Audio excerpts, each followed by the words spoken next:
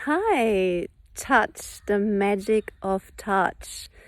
Do you want to know more about touch and why it feels so good and why it's magical and why it can move you to tears and why it can shift your depression into happiness in just an instant? So my name is Marian Elliott and I want to welcome you to my next one-day workshop about touch, the magic of touch. I have this beautiful flower here. It's touching me.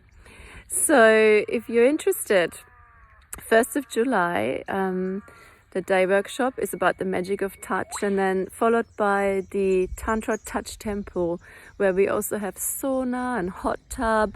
I think I'll bring out the ice bath in the creek this time as well. So yeah, it's all about embodiment. So if you're interested, go to my website tasteoflove.com.au and come and join us on the 1st of July with the magic of touch and going deeper to you feeling yourself in relation to touch and what certain touch does to you, what it brings up for you, and how you can use it. I see you there.